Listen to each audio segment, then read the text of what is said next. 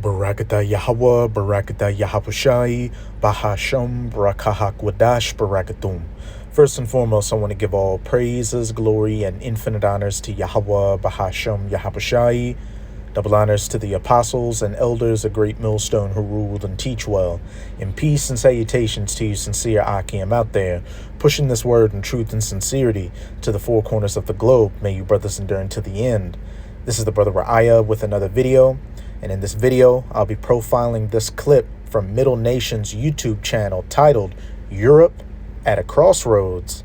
And hey, I've said it in a few of my previous videos, current events is finally catching up to biblical prophecy because, Europe, he's talking about Western Europe, United States of America, what have you, are those iron toes mixed with miry clay in Daniel chapter 2 in the vision of the statue of a man made of different metals that King Nebuchadnezzar had, that Daniel broke down unto him, and which we're going to get it. When you read in Daniel chapter 2, it says, the kingdom shall be divided, and that's exactly what has taken place right now. We are at the end of Esau Edom, the so-called white man's rulership.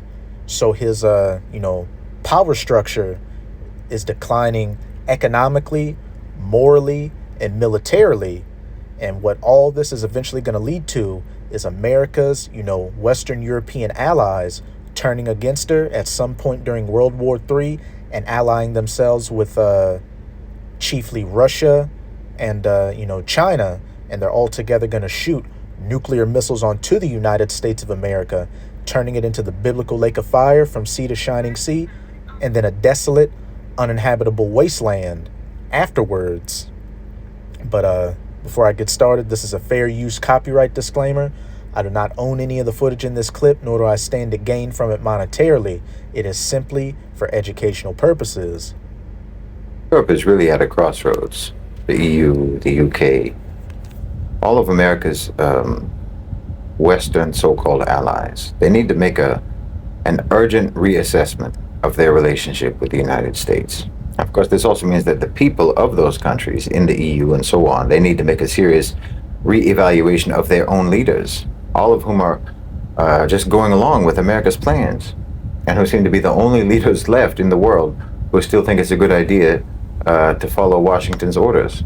60% of Europeans no longer feel that America is a reliable ally or partner. That puts EU leadership at odds with the population in this regard. Even the European Council on Foreign Relations said that America's interests and Europe's interests no longer align, particularly on trade and security issues. And of course, they're right. And what does the scriptures say about a kingdom being divided? This is Mark chapter 3, verses 24 to 25, and it's in red letters, so it's Yahawashi, the Son of the Most High, whom the world ignorantly refers to as so-called Jesus speaking. And if a kingdom be divided against itself, that kingdom cannot stand. And if a house be divided against itself, that house cannot stand. And what did he just say? That around 60% of Europeans believe that, America and Europe's, common grounds no longer align with each other. And that, that's causing a division between the average European citizen and those in the government. And that's a perfect storm for civil unrest, which we can definitely see is brewing, not just over in Europe, but over in the United States of America as well.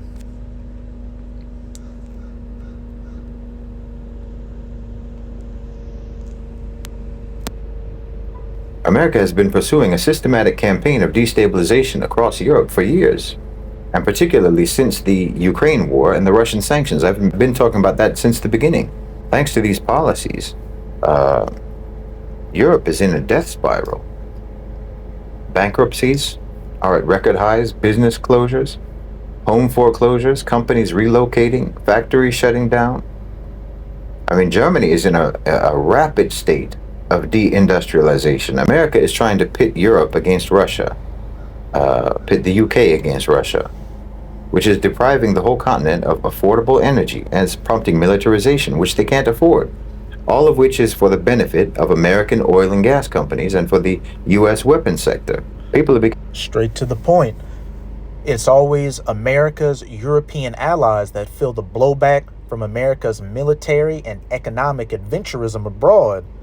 Who's, feeling the brunt of the refugee crises that were the results of the war in Afghanistan, the Syrian civil war and the Libyan civil war?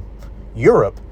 Who's feeling the brunt of what? Being deprived of natural gas and other resources due to sanctions being put on Russia over the war in Ukraine? Europe. The list goes on and on. America looks at her European allies as nothing more than, puppets and puppy dogs that when America says jump, she expects Europe to say how high. This is, X that out. Daniel chapter 7, I'm going to start at verse 19.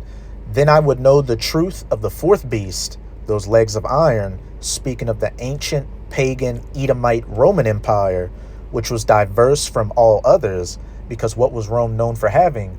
A senate house and senators that, decided on the matters of state.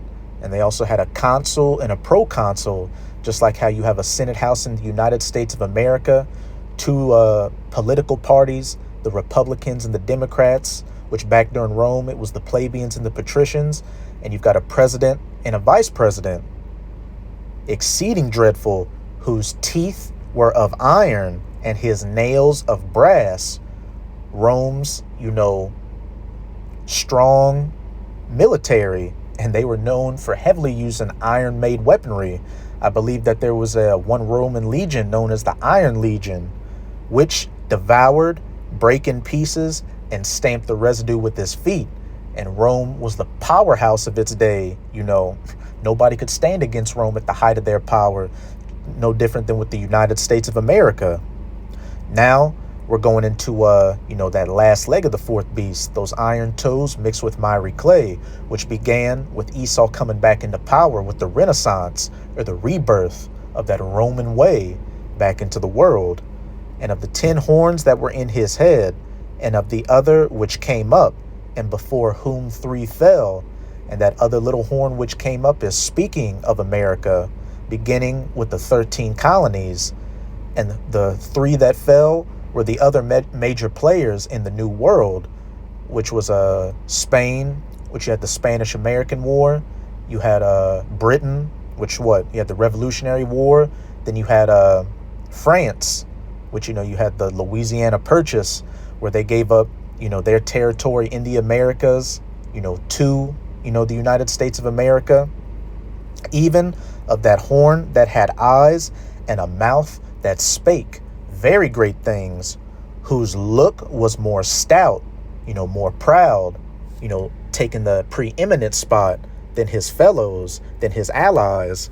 And as the guy in that clip just said, and with the few examples I just gave, the U.S. does everything for the benefit of herself to the detriment of her European allies that look, or that was more stout, wanting that more preeminent, powerful position than her own allies, her fellows.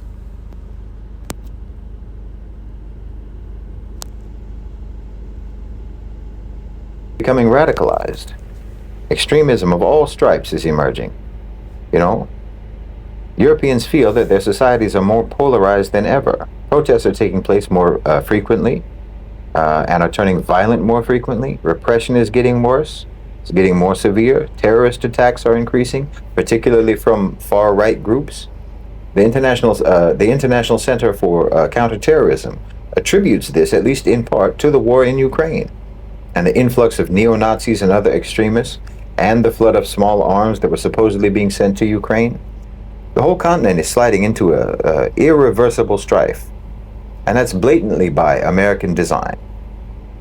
The U.S. is also trying to drive a wedge between Europe and China, even though Europe desperately needs Chinese investment, Chinese capital, Chinese technology, and the Chinese market for their own exports.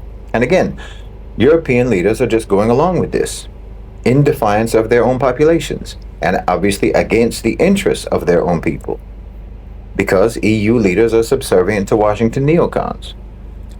A house divided, those Europeans, again, the regular citizens divided against those in the government, and then the kingdom divided as a whole. European countries' interests at odds with America's interests, because America what uses her allies as tools for her own foreign policy. America always intended for the war in Ukraine to spread. They never intended for Ukraine to win. The whole point was always to accelerate Europe's destabilization, their isolation, and their deterioration. And so far, no one is doing anything whatsoever to pump the brakes. So yes, America and its so-called Western allies, the UK, the EU, are really at a make or break point. People always talk about being on the right side of history. Well, Europe needs to start making decisions on the right side of the future, because their relationship with the United States has frankly put them into an existential crisis. The fact is, BRICS is building an alternative to... He said they at a crossroads and they're going into a death spiral. This is Daniel's chapter 2. I'm going to start at verse 40. And again, this is going into that statue of a man that King Nebuchadnezzar saw, which represented the heathen kingdoms that would rule before the kingdom of heaven. You had the head of gold, which was the Neo-Babylonian Empire, the breasts and the arms of silver, the Medo-Persian Empire, the belly and the thighs of brass, which was the Edomite Grecian empires, the legs of iron, the ancient pagan Roman Empire, which is where we're going to start at. As you can see in the header, Rome, Daniel chapter 2, verse 40. And the fourth kingdom shall be strong as iron, for as much as iron breaketh in pieces and subdueth all things, and as iron that breaketh all these, shall it break in pieces and bruise. Now we're coming into the last leg of that fourth beast. And whereas thou sawest the feet and toes, and that's the NATO EU system that the U.S. is a part of and at the head of, the reincarnated Roman Empire, part of potter's clay and part of iron. And that can go into a few things. The part of clay being the weaker economic aspect, the European Union, and the part of iron, the stronger military aspect, NATO, as well as the weaker nations in this system, which are usually referred to as the pigs, or Portugal, Italy, Ireland, Greece, and Spain, and the stronger nations like your Britons, your France, Germany, America. And whereas thou sawest the feet and toes, part of potter's clay and part of iron, the kingdom shall be divided. And as we've been hearing in that clip, America and her European allies, interests are coming to a crossroads that's no longer, going down the same path. And if Europe doesn't make any different decisions, they're going to be in a death spiral with America.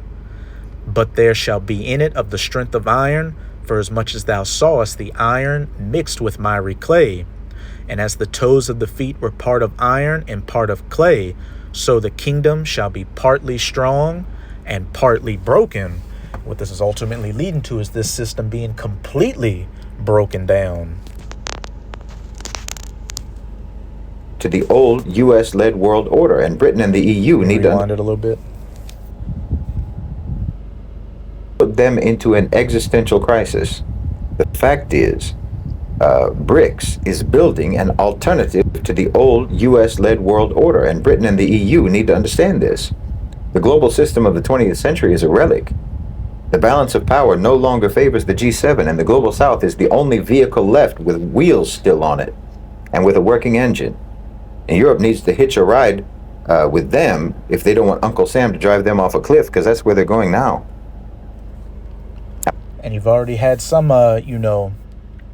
EU countries, as well as part of NATO, show interest in the BRICS, such as France. There's a lot of backdoor talks going on to try to save these European economies from, going down the drain with America. And look up something called ghost ships, because while there are sanctions, on Russia to where these particular European nations can't deal with Russia, what Russia's been doing is selling their oil and other natural resources to countries like India, for instance. And then India put them on Indian oil tankers and ship them to Europe to make it seem like it's Indian oil and not Russian oil. So what? The clear division there. And I know it's going to be a traumatic adjustment for these Westerners, for these Europeans, accepting the fact that your so-called Western civilization and your societies are actually unsustainable, and your great American protector and benefactor is actually cannibalizing you. Whose look was more stout than his fellows. But on the other hand, turning to the global south for your survival isn't really anything new. I mean, you never would have actually even been anything of significance without your imperialism and colonization of Africa and Asia. So the truth is that you've always been a dependency, and you still are. The difference is that you used to get to pretend that you weren't the dependent one, because you used to be able to just steal from the global south in order to prop up your societies. But you've always been dependent. So there's no real change there. Just an attitude adjustment is necessary, and an acceptance of your real status vis-a-vis the global south. You will have to humble yourselves to some degree to cooperate with BRICS. But believe... And BRICS, Britain, not Britain, Russia, China, Brazil, Brazil, Russia, India, China, you got South Africa in there, and a bunch of different nations, applying to join for BRICS. That's not going to be the next superpower to come. The only thing that's coming next is going to be the kingdom of heaven, the kingdom of Yasharallah under the children of Israel, the true children of Israel consisting of you so-called Negroes, Latinos, and Native Americans today. But that's it with this clip.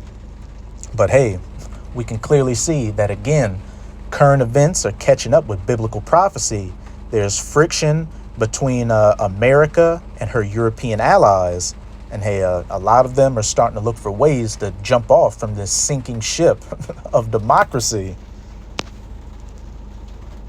But this is Obadiah, chapter 1. I'm going to start at verse 1 and jump down to verse 7. And this whole book is dedicated to you Edomites, or so-called white people, and your punishment, judgment, and downfall. As the header reads, Edom will be humbled. The vision of Obadiah, thus saith the Lord Yahweh concerning Edom. We have heard a rumor from Yahweh, and an ambassador is sent among the heathen. Arise ye, and let us rise up against her in battle. Now I'm going to jump down to verse 7. All the men of thy confederacy, or your allies, have brought thee even to the border. The men that were at peace with thee have deceived thee and prevailed thee. And I just gave an example with those ghost ships, how Russia, to skirt those sanctions, some of those European nations are, buying oil from India, when really that oil and those other natural resources are actually from Russia, but Russia gave it to India to give to Europe without any problems.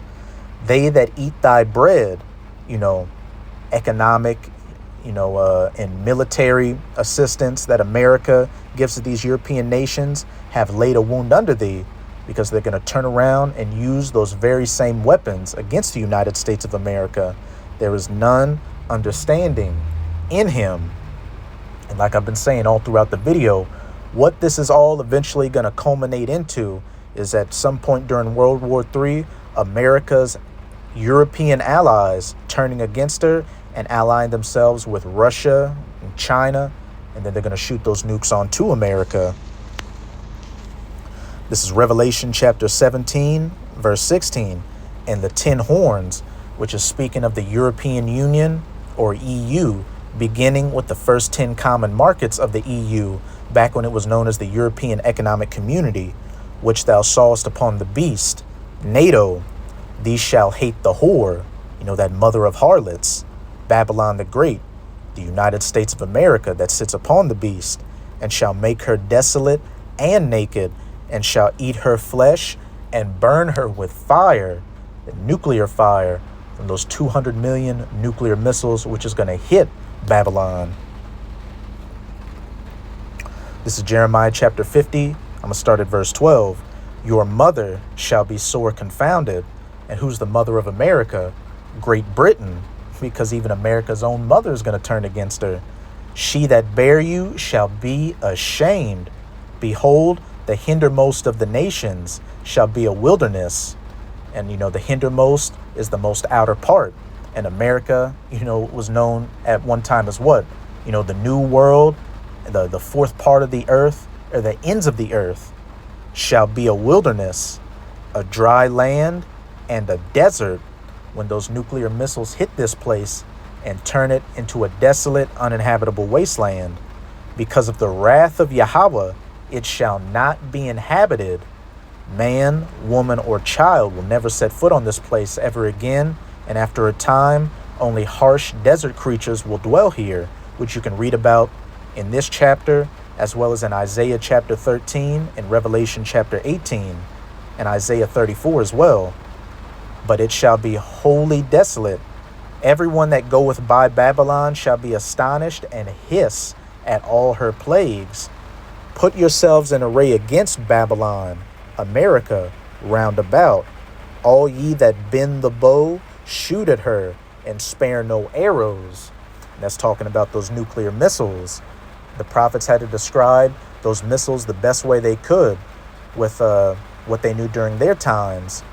Bows representing the silos and other launch platforms, and the arrows for missiles, because when you see a missile flying through the sky, it looks like an arrow. For she hath sinned against Yahweh by afflicting the apple of his eye, the children of Israel. But now, I'm going to go back to Daniel chapter 2 and jump to verse 44, because like I said, BRICS, Russia, China, or anybody else doesn't have next. The children of Israel have next. Because, after that, the iron toes mixed with miry clay, which is the last part of the statue, let's see. This is Daniel 2 and 44. And what does the header read? The divine kingdom. And in the days of these kings shall the power of heaven set up a kingdom that shall never be destroyed. The kingdom of Israel, Yasharallah, the kingdom of heaven. And the kingdom shall not be left to other people, because, the Israelites aren't going to share co-rulership with you heathens. The Israelites are going to be the top nation on the earth with sole rulership, and you other heathen nations subservient unto us. But it shall break in pieces and consume all these kingdoms, and it shall stand forever. And after the nuclear destruction and the elect get beamed up onto the chariots, Yahushai and the 144,000 of the elect, who are fishers of men right now prophesying, are going to be hunters of men in that day with spiritual powers, and they're going to, put down the remaining heathen powers. And then the heathens are going to go into hardcore bondage and slavery for the first 1,000 years of the kingdom of heaven, building it up. For as much as thou sawest that the stone was cut out of the mountain without hands, and that it brake in pieces the iron, the brass, the clay, the silver, and the gold. And what is Yahushai known as? That cornerstone. So, and it's going to be Yahushai coming back. That's going to put that final nail in the coffin of these heathens. And what he's going to be coming on that great mountain, as it was described in 2nd Ezra chapter 13, or that massive chariot or so-called UFO. And as it says, that break in pieces the iron, the brass, the clay, the silver, and the gold. When you read Revelation chapter, I believe it's verse 19, it says that when Yahushua would come back, he would have many crowns upon his head, symbolizing him taking away the rulership of these heathens. The great power hath made known to the king what shall come to pass hereafter, and the dream is certain, and the interpretation thereof sure. So all these prophecies will come to pass, as it says in Isaiah 55 verse 11, so shall my word be that goeth forth out of my mouth. It shall not return unto me void, but it shall accomplish that which I please, America, Europe, this beast system, these other heathens are going down, and the kingdom of Israel is what comes next. So that's it with this video. And with this video, I hope you sincere Akim and Akwath were edified. Just keep strong. We are almost out of this final wicked captivity of the heathen nations, chiefly of the Edomites. And as always, I'm going to say Abad Babal, Kwam Yasharallah, and until next time, Shalom.